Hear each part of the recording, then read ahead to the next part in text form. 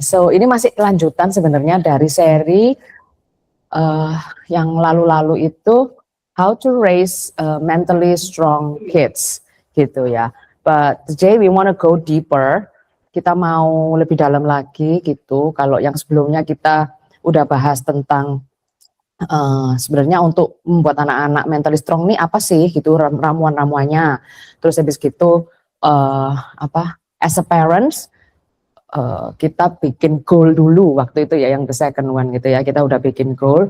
Nah yang ini kita mau lebih dalam lagi, nanti saya akan tetap singgung dikit kenapa kok goal itu tetap perlu gitu, supaya yang belum dengerin sesi yang sebelum-sebelumnya juga bisa ngikutin. Tapi saya mau lebih dalam hari ini itu tentang bahwa sebenarnya kita sebagai manusia ini, kita ini adalah makhluk fisik dan juga makhluk ini secara emosi gitu, and also spirit gitu. That's why we need to address this physical thing of us, because this is also affecting the whole being gitu, kita sebagai human being gitu. Kalau selama ini kan kita kan di sekolah kita yang lama, maksudnya kita ini produk lama, itu biologi itu nggak ngajarin sampai sedetail itu gitu. Biologi ya biologi, terus nanti kalau udah besar tiba-tiba kita punya emosi, punya ini itu, kita harus survive sendiri gitu kan, kita dulu kayak gitu ya modelnya ya. You survive aja gitu, pokoknya you survive, you need to survive gitu. Padahal setelah dengan semua ilmu pengetahuan yang semakin baru, bukan semakin baru sebenarnya, semakin terbuka, semakin riset itu semakin hebat karena alat-alat secara ini ya untuk bisa lihat what happen in the brain and everything itu semakin canggih.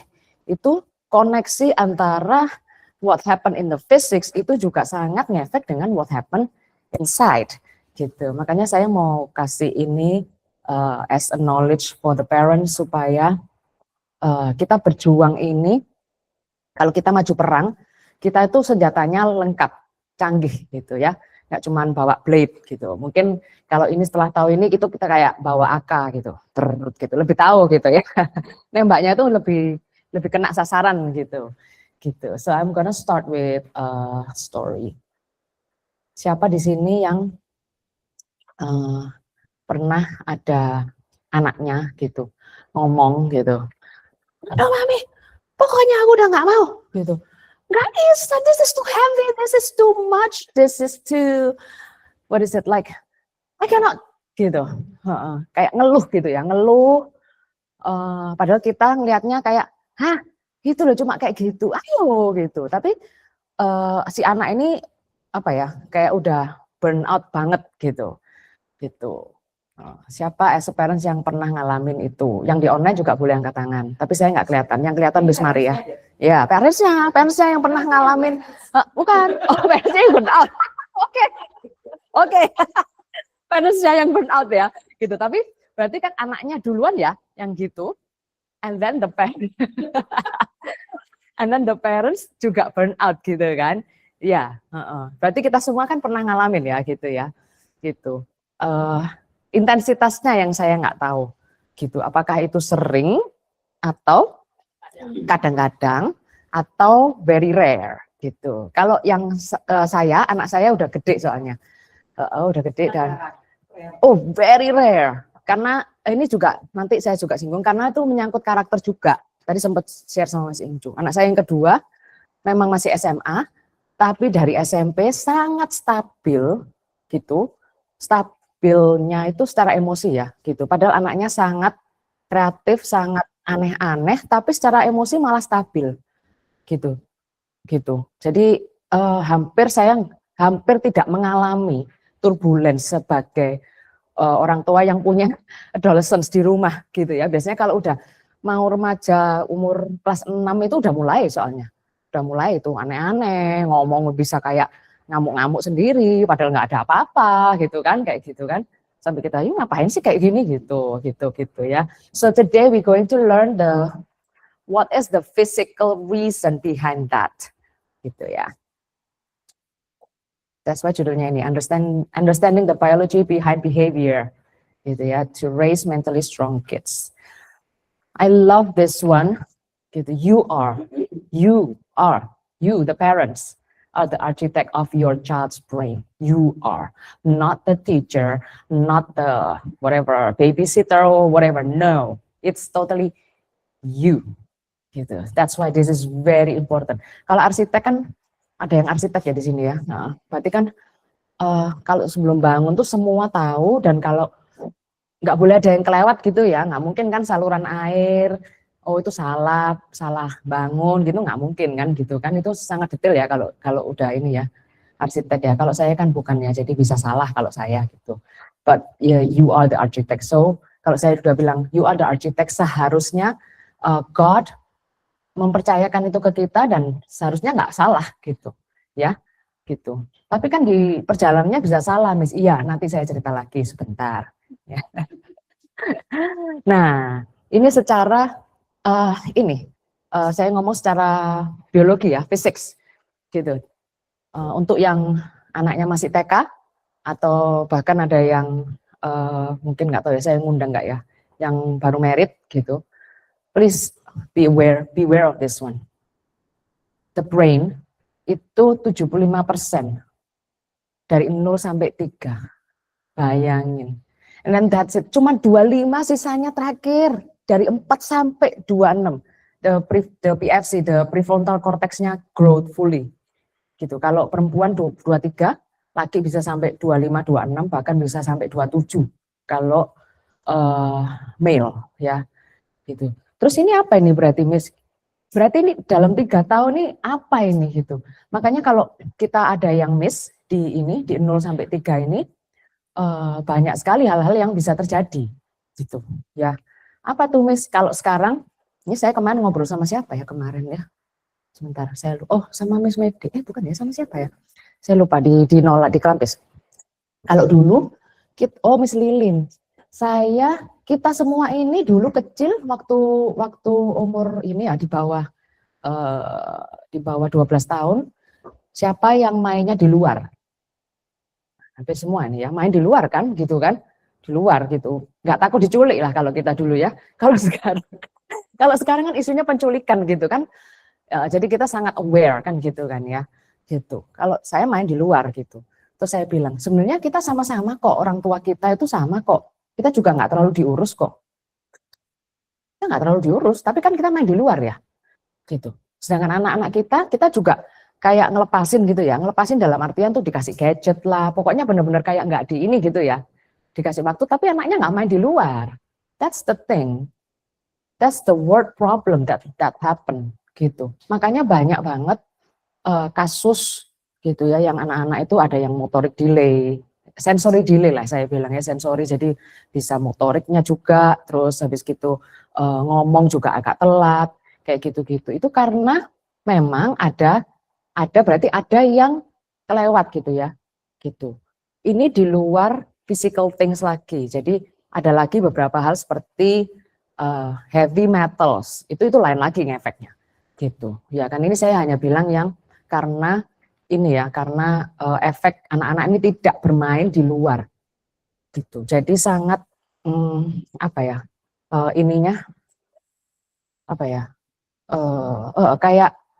kayak kurang gitu, ketinggalan gitu. Sedangkan kita dulu enggak gitu, karena kita mainnya di luar. Mau banjir-banjir, mau hujan-hujan, mau apapun itu bisa. Karena saya kayak gitu, saya masih ingat. Tiap banjir saya keluar malahan gitu. Kalau sekarang banjir, nggak mungkin saya nyuruh anak saya keluar, saya takut juga.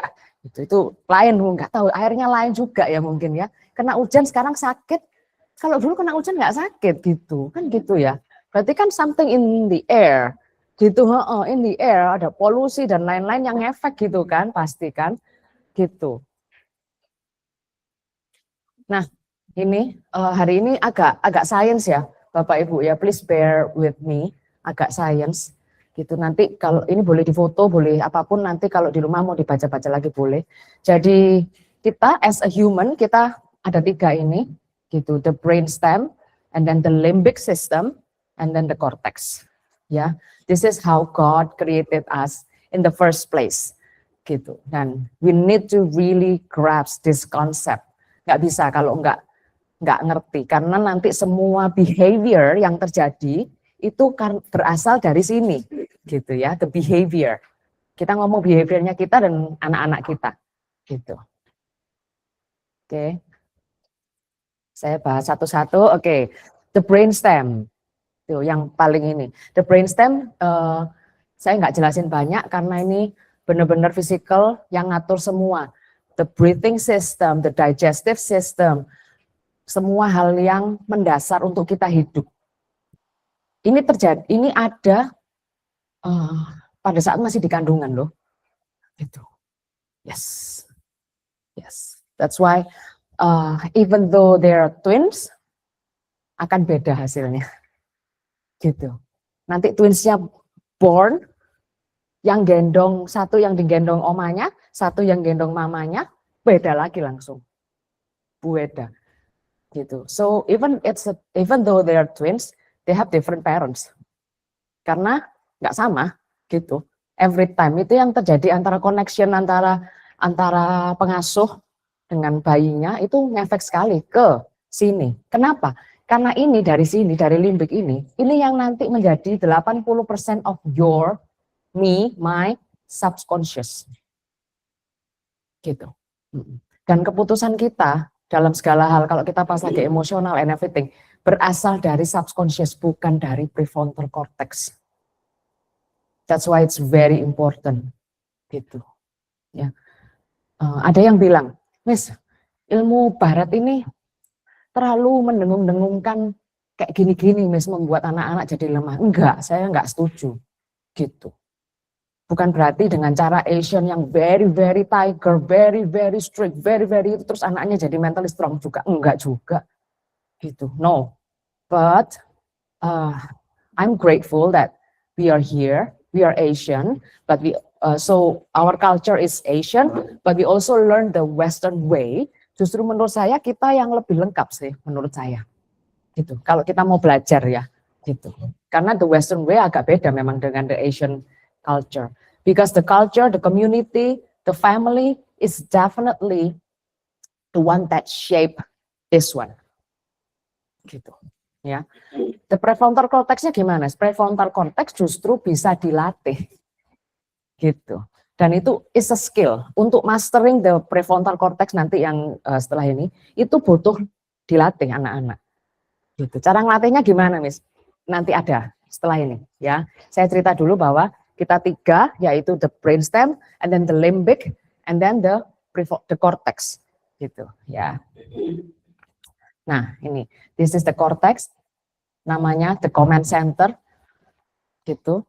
Berarti memang untuk ini ya, untuk bisa mengkomando keputusan apa yang akan kita ambil dan kita buat gitu. Seharusnya kayak gitu, seharusnya gitu ya. Makanya dia complex thinking, reasoning, language, problem solving gitu, self awareness, judgment gitu. Itu semua ada di sini. Dan ini grow fully, tolong diingat ya Bapak Ibu, di umur 23 untuk perempuan, 25 sampai 27 di laki-laki. Jadi kalau ada anaknya yang memang umurnya berapa? Yang SMA? 16 ya Mas ya, 16, 17. Masih nggak bisa judgment, apa kayak gitu-gitu tuh masih kayak terguncang-guncang, it's normal. Normal, ya. Jadi jangan kayak, masa kita aja nggak bisa gitu. Nada suara semua itu masuknya ke limbik loh Bapak Ibu, diingat ya. Gitu ya. What you said, what you tell them, how you react, itu semua nanti masuknya ke limbik, terus masuknya ke subconsciousnya anaknya loh.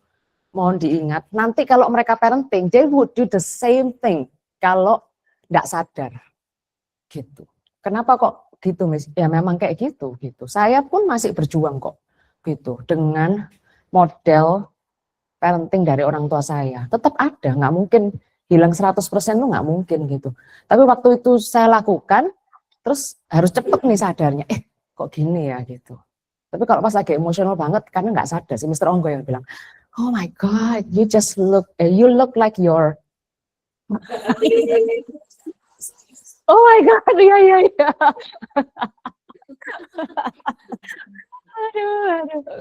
gitu ya. Soalnya mami lebih gampang nyolot sih, jujur aja emang gitu. Karena kita as a mom itu tadi emotional centernya memang lebih reaktif gitu. Memang God created seperti itu gitu, supaya karena kan kita harus take care of the infant baby ya gitu. Jadi tetap itu harus lebih reaktif. Kalau enggak kan gimana ya gitu ya. So God knows better than us ya gitu. Jadi ya gitu. Oke. Nah, yang kita mau bahas hari ini kenapa kita mau anak-anak kita ini punya mentally strong punya strong mentality gitu. Di dunia yang sekarang ini sangat cepat, kemajuan teknologinya itu nggak terkejar sama sekali. Kejadian-kejadian di dunia yang efek secara nggak langsung dan langsung ke kehidupan kita itu rapidly happen on daily basis yang kita itu nggak tahu gitu. Ya, of course we want to prepare them karena semua ini akan semakin cepat compare sama zaman kita dulu gitu. Anak-anak ini yang akan compete dengan AI and everything. Terus jangan kita enggak gitu. Dan itu kita nggak tahu nih ke depan ini mau jadi kayak apa. Itu benar-benar kita blur.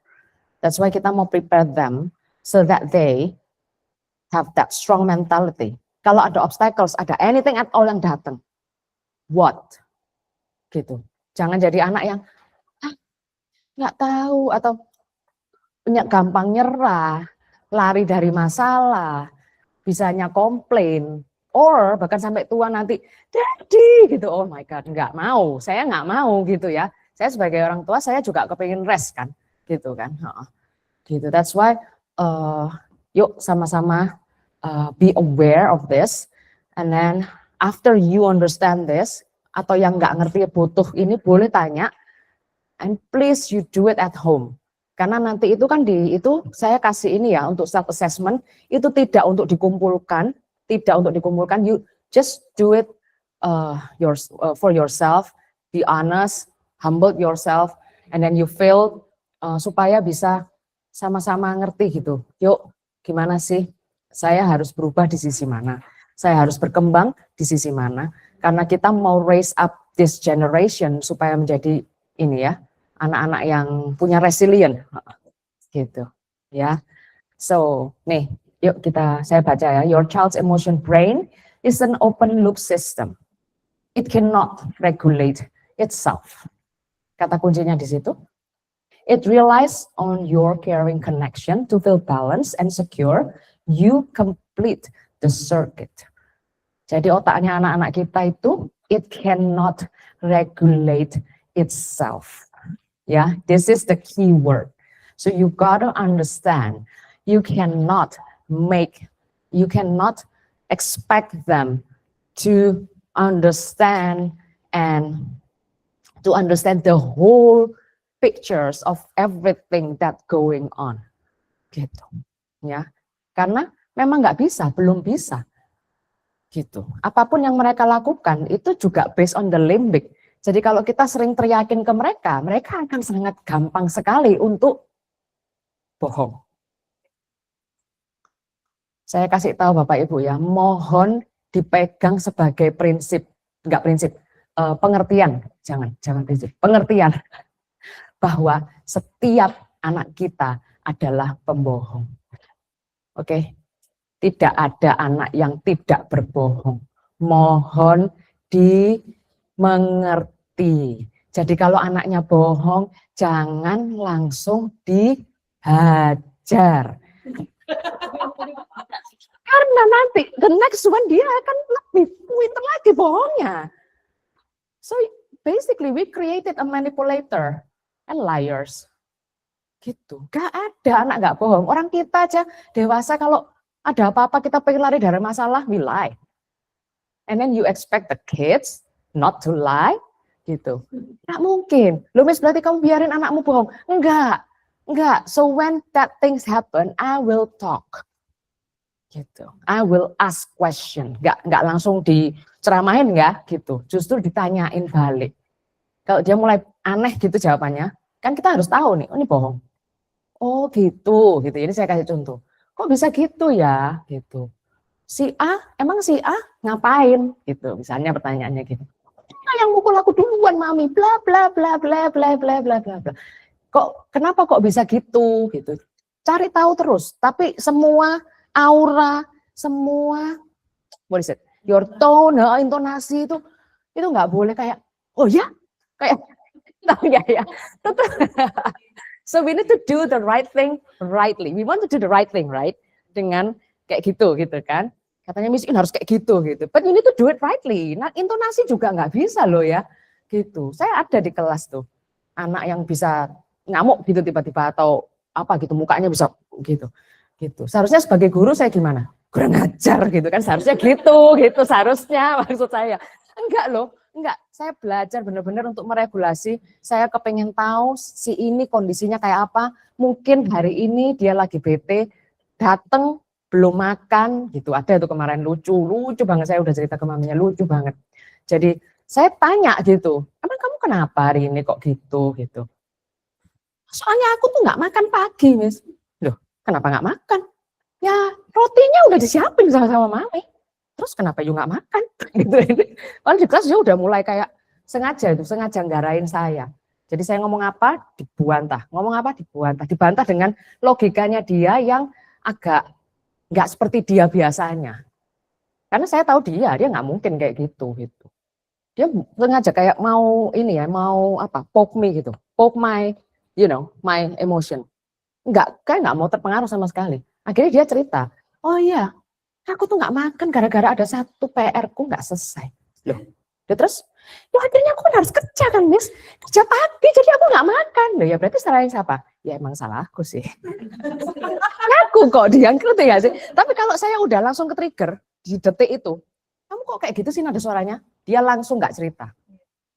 Dia langsung nggak cerita dan dia nggak ada solusinya gitu. Jadi kita as a parents, as an adult, we gotta understand. Gitu. Kenapa kok aku lebih gampang gitu ya? Saya lebih gampang nih, because I learn about this. Gitu. I learn about what is going on in the brain. Because the one that going on in the brain is going out as a behavior. Gitu. Ya. Nah, ini gambar yang paling saya suka sekali. The dysregulated one is your kids. This is your kids brain, dysregulated ya, kayak gitu. Setiap hari, bayangkan Bapak Ibu, setiap hari, jadi bisa nggak makan, tidurnya bisa telat, bisa bohong, nggak boleh makan ini sengaja makan, sembunyi-sembunyi, bahkan bisa minta punyanya temennya padahal dia alergi. Temennya bawa, kan dia nggak bisa makan, minta lah, enak ya gitu. Ya gitu, karena kenapa? Karena dysregulated. Gitu. So if we fail to understand that, kita berarti ini kayak benang ruwet kan gitu ya. Berarti kita gagal mengurai, ceritanya kayak gitu. Gitu. Padahal seharusnya yang kita berikan ke mereka seperti rasa aman, mereka tahu bahwa memang mami sangat tegas, galak dan bisa marah. Tapi mereka waktu itu terjadi mereka ya udah ini memang salahku gitu, bukan kayak pengen lari dari masalah gitu ya. Gitu. Seharusnya kita seperti itu dan kita membantu mereka untuk supaya bisa apa ya, otaknya tuh bisa regulate juga gitu loh. Gitu. Karena nggak mungkin, anak-anak itu nggak mungkin itu jadi kayak gitu, itu otaknya tanpa bantuan dari kita gitu. And then we expect them to suddenly understand, kan kamu udah sekolah ya udah tahu gitu. Nggak bisa gitu. Di sekolah itu sebagian waktu, mostly juga mereka belajar knowledge, paling diskusi. Terus kita kasih kesempatan tanya, kalau salah nggak apa-apa, yuk diskusi lagi kan gitu kan. Gitu. Tapi kalau di rumah ini kan benar-benar the whole thing kayak semuanya kayak gimana sih kamu hidup sebagai manusia gitu. Sebagai social being, kamu ada di dalam keluarga, tanggung jawabmu apa, kayak gitu-gitu ya. Semua itu ada itu di rumah. Makanya penting banget kita ngerti ini. Dan please ekspektasinya adalah anak-anak itu otaknya gini, kita harus sadar ini ya. Gitu ya. Please take this as what is it? As the fact. Gitu. That they need help. Gitu. So we need to help them. Gitu. As a teacher gimana? Kalau di NOLA kita selalu ngomong ya gitu sama guru-guru. Tapi namanya guru juga manusia juga bisa kadang ke-trigger gitu ya. Tapi kita bisa kembali gitu dengan oke, so next time nggak bisa nih cara kayak gini dengan si A gitu. We need to come up with another method. Jadi makanya butuh waktu. Kadang nyoba gitu ya. Gitu. But we will not stick with one method. I guarantee you, we will not. Kok bisa, Miss? Karena setiap ngajar, masuk ke ruang guru, kita selalu diskusi. Nggak pakai nunggu meeting weekly. Gitu. Langsung tanya kita, di kelasmu tadi gimana, si A? Ada masalah nggak? Soalnya di kelasku kayak gini loh, gitu. So what happened? Gitu. Jadi kita bisa diskusi, bukan ngerasani anaknya ya Bapak Ibu ya, enggak ya. Jadi benar-benar kayak kita kepengen tahu nih what's going on gitu. And then oh berarti coba nih dilihat nih. Nanti my next class dia gitu lagi enggak? Gitu. Sambil kita observe. That's why our assessment is not only based on the paper, because paper itu kita nggak lihat apapun kecuali grades and that knowledge.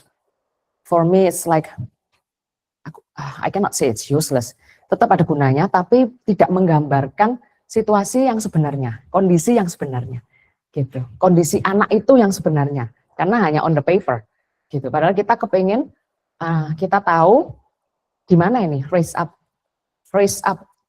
murid-murid kita untuk menjadi whole human being, gitu. Ya, because that's our vision. Ya. Nah, ini yang terjadi, yang tadi saya bilang. Kenapa kalau kita nggak ngerti gitu, kita ini nggak ngerti nih caranya gimana. So when something happen, the storm happen, storm itu langsung kenanya pertama ke limbik. Jadi masuknya ke limbik, ya, ke limbik. Nah di limbik ini memang hanya ada tiga way out. As a human kita tuh punya tiga. Satu, kita fight. Kedua, kita flight atau flee, kita lari. Ketiga, kita freeze. Ini dikasih sama Tuhan untuk, ini dari manusia awal ya diciptakan, sampai sekarang. Saya bilang manusia awal tuh berarti mereka berburu, mereka tinggalnya di alam, kayak gitu-gitu kan. Jadi kalau ada bahaya, badai, hewan liar, bla bla bla, they know exactly what to do. Either they run, or they fight. Kalau banyak berarti kan kita as a human kita fight gitu kan, gitu. So this is like the very, God give, what is it? Like senjata yang sungguh luar biasa di dalam limbik sistemnya kita, yang bisa digunakan dari zaman awal manusia awal penciptaan sampai hari ini. Sama kok, gitu. Bukan berarti waktu zaman manusia awal itu lain gitu, enggak, sama. Gitu. Cuman memang karena berbagai kondisi, kemajuan, teknologi and everything, caranya jadi berbeda. Caranya fight-nya berbeda, caranya flight atau flee-nya berbeda, larinya itu berbeda. Gitu. Ya. Terus saya ceritain sama anak-anak. Ini saya cerita sama yang kelas 12 juga. Karena saya kepengen mereka sadar mereka itu di mana dan mereka itu siapa gitu ya. Ini yang kelas 11 12. Saya bilang, Miss Iin, dari kecil saya as a Caroline Lumenga, saya selalu fight. Itu saya. Saya tidak pernah freeze. Gitu. Saya freeze sebentar aja. Gitu. Saya fight. Iya Tamis kok bisa? Karena anak zaman sekarang saya lihat 75%, saya survei nih semua murid-murid nih ya. 75% tuh freeze. Freeze itu artinya apa? Dia menangisi diri sendiri, mengasihani diri, terus nyalain orang lain, nyalain orang tua, nyalain siapa lagi yang bisa disalahkan? Teman. Gitu. Anak-anak sekarang tuh gitu. Saya bilang kalian ini mostly kok ini ya, saya bilang gitu. Iya, Miss kok kita gitu ya? Iya. Gitu. Kalau Miss enggak loh, Miss fight. Oh ya, Miss. Oh. Jadi, tapi itu saya kayak gitu. Jadi in everything, kalau saya kalah, saya sangat kompetitif. Makanya saya jatuhnya sukanya tuh ke olahraga. Waktu sampai SMP itu saya ikut pertandingan pingpong porseni lah gitu-gitu gitu ya. Gitu. Nah, mungkin juga itu karena that's my character gitu. Selalu nggak mau kalah gitu, tapi dengan cara kayak gitu. Jadi that's me. Saya cerita. Nah, saya minta anak-anak itu untuk memahami gitu. Terus saya juga lihat-lihat nih, ternyata memang ini gadget itu, karena anak-anak kan ngelihatnya kan sangat luas ya sekarang ya. Itu membuat mereka lebih gampang kayak gitu, compared to us. Gitu. Saya nggak lihat apa-apa, saya hanya lihat Unyil. Iya, iya. Lalu SD kelas berapa saya lihat Doraemon, baru ada Doraemon kan gitu kan, RCTI. Sebelumnya kan hanya Unyil kan gitu. Jadi mungkin karena nggak melihat yang terlalu luas itu, malah malah nggak apa-apa gitu loh. Gitu. Hal-hal yang keluar itu yang stored in my limbic adalah hal-hal yang terjadi di lingkungan sekitar saya saja. Sedangkan anak-anak ini melihat dunia. Jadi efeknya itu bisa berbeda-beda. Sesuai dengan setiap kita punya ini ya, bawaan ya, punya karakter dasar gitu.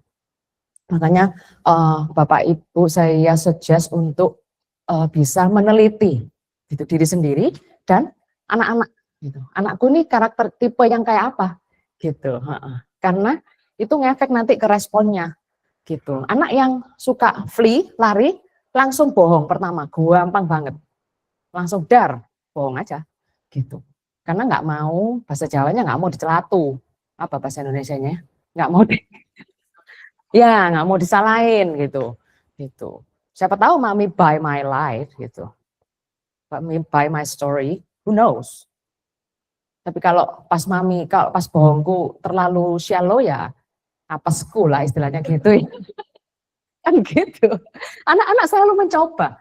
They are so smart. Oke. Okay?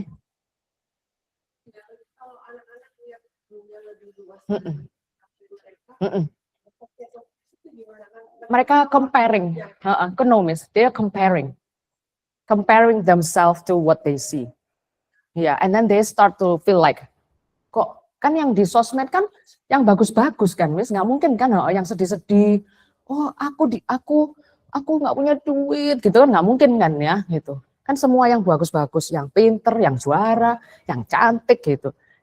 Pasti compare, Miss, langsung compare. That's the thing that make them like, and then they go into the what is it, like self pity gitu. Self pity itu termasuk di freeze, Miss. Jadi kayak what is it, kayak mengasihani diri gitu tuh, Miss. Gitu.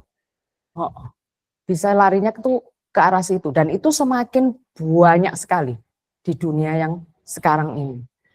Dan itu kalau nggak ditanganin makanya larinya bisa ke depression gitu. Terus mereka bisa suicide kalau semakin parah gitu. Makanya saya suggest memang kalau bisa no phone, apalagi sosmed ya, sampai SMP. Please no. Kalau yang udah SMP berarti nggak apa-apa, tapi sering diajak diskusi gitu. Ditanyain, ini lihat apa, tertarik apa gitu. Kalau anaknya tertarik di satu hal tuh kayak Iwan, lebih enak Miss ngomongnya. Mobil ini kenapa sih kok kayak gini gitu. Kayak gitu gitu.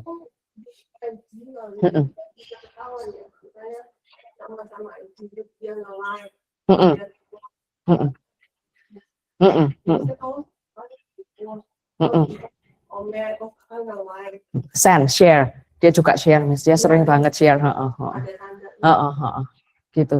Itu kan bisa ketahuan itu karena ada cookiesnya kan di situ. Jadi kalau dia suka yang misalnya si Ivan ini otomotif gitu kan, itu nanti suggestionnya kan yang banyak masuk ke dia kan memang hal-hal kayak gitu. Tapi kalau di perempuan berat loh, Miss. Gitu. Karena suggestionnya itu bisa lihat make up, artis, kayak gitu-gitu. Weh, itu lebih berat kalau di perempuan. Gitu. Terus mereka comparing, terus ngelihat sangat gampang banget untuk kemakan that news yang mostly untuk this appearance and everything. Gitu. That's for the female. Gitu. Dan itu kalau udah kayak gitu, larinya itu tadi self pity kayak gitu-gitu. Gitu. Nah itu kalau kita nggak sadar, Kan pasti anak-anak itu nggak mungkin langsung keluar depresi kan gitu kan ya. Kalau untuk yang ini self pity itu iya nih. Freeze yang itu yang self pity kayak gitu terus nggak mau ngelakuin apa-apa kayak gitu, comparing self pity itu larinya nanti ke procrastinate, menunda-nunda. Gitu. Larinya ke situ. Jadi suka nunda. Udah tahu itu harusnya diselesaikan malah nunda. Gitu. Itu termasuk di freeze. Gitu. Ya. Gitu. Makanya kalau misalnya ya anak cowok ngelihatnya hati-hatinya kalau anak cowok hati-hatinya justru malah ke arah porn. Kalau cewek malah enggak. Ngelihatnya ke ini self yang itu tadi. Kalau ke cowok tuh hati-hati banget ke porn. Gitu. Karena it display there. Gitu. Saya bahas ini, kalau di kelas saya bahas gitu sama anak-anak yang kelas 9 ke atas, 8 9 ke atas tuh udah mulai tak ceritain gitu. Kenapa kamu tahu porn? Tak tanyain. Kamu tahu porn sampai ada yang nggak tahu, ada yang nggak tahu. I'm so grateful. Ada yang nggak tahu, banyak yang nggak tahu. Maaf saya ralat, banyak yang nggak tahu. Gitu ya, kayak taunya di mana Miss kok nggak tahu? Mukanya. Kalau tahu dia diem, dia play cool, berarti dia tahu. Kalau dia kayak gini mukanya, gitu, berarti nggak tahu. Serius. Bisa kayak, gitu. What? Apa Miss? Gitu. Nggak tahu. Gitu. Gitu. Tapi kalau yang cool, tahu berarti. Taunya seberapa, itu saya nggak tahu. Gitu. Dan saya bersyukur, tapi kalau di Indonesia, search engine-nya kita, karena sama government benar-benar di limit, you type the word sex, nggak keluar. Benar nggak? Kan nggak keluar. Tapi saya nggak tahu juga apakah di rumah pakai VPN apa enggak. Itu kan saya juga nggak tahu.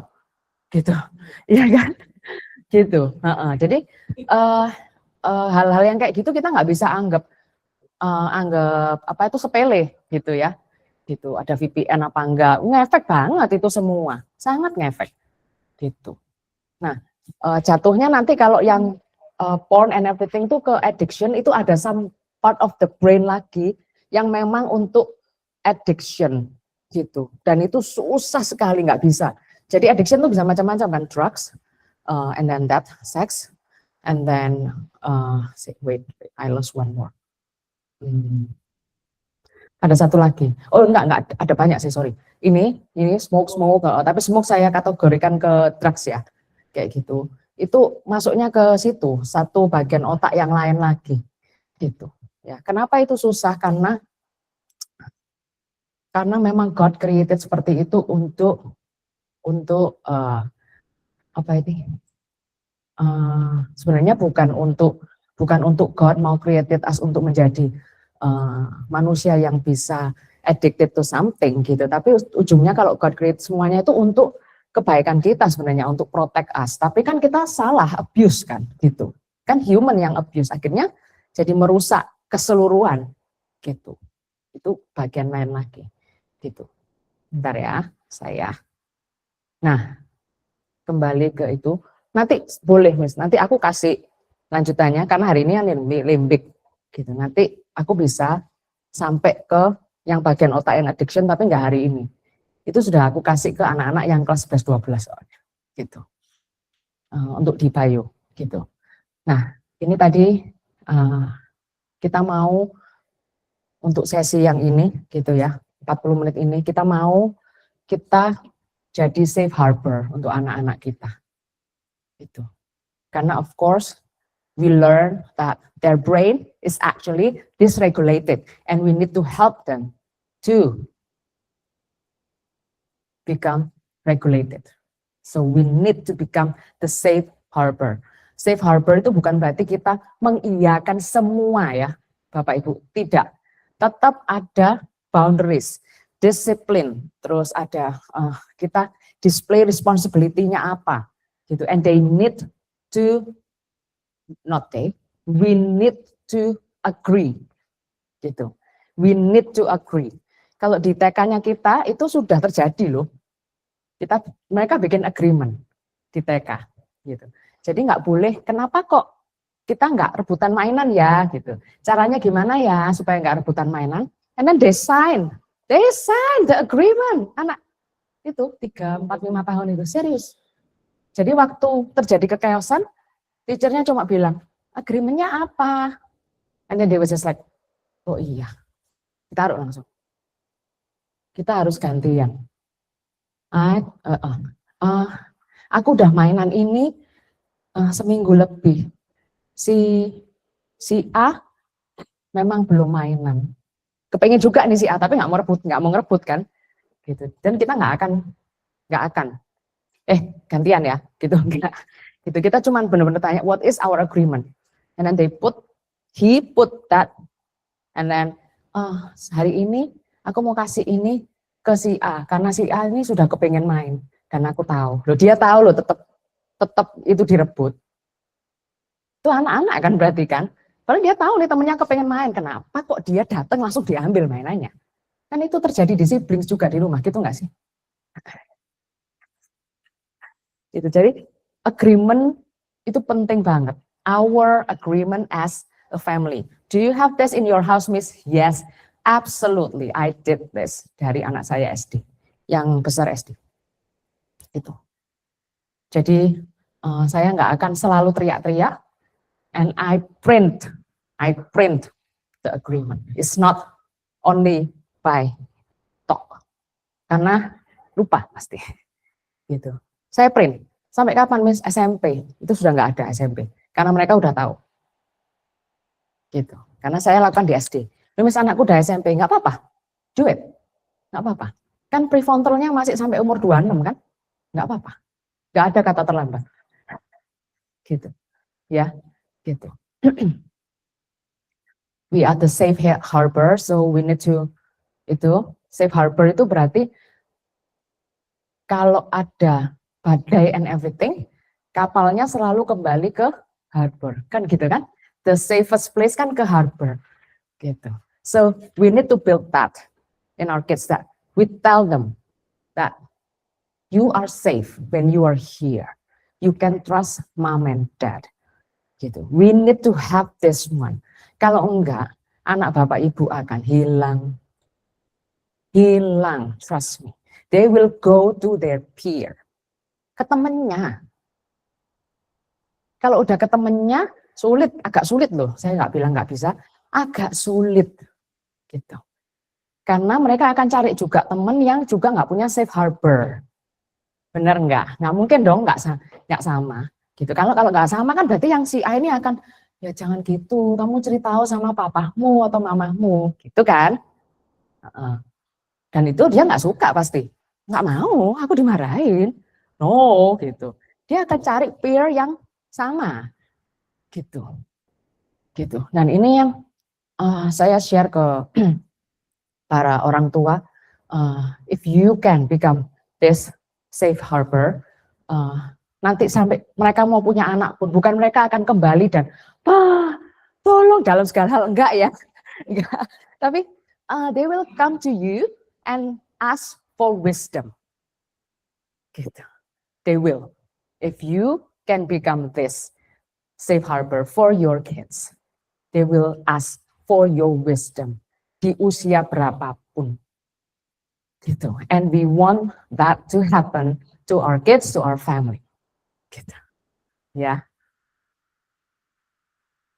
The result dari tadi yang tadi kita ngomong, resultnya kalau kita tadi itu melakukan sadar dan ini itu kita mau berubah dan lain-lain itu, kita mau ini ada resilient structures, gitu. That helps your kids to build self-control, manage stress, gitu ya, gitu. Making it less likely to inherit the tendencies like anxiety, gitu. Kita semua sih ya seperti ini ya. Gitu. Nanti kita mau belajar lagi di hari ini setelah kita lihat anak kita kayak apa, gitu. So the next session, I want you to fill that paper.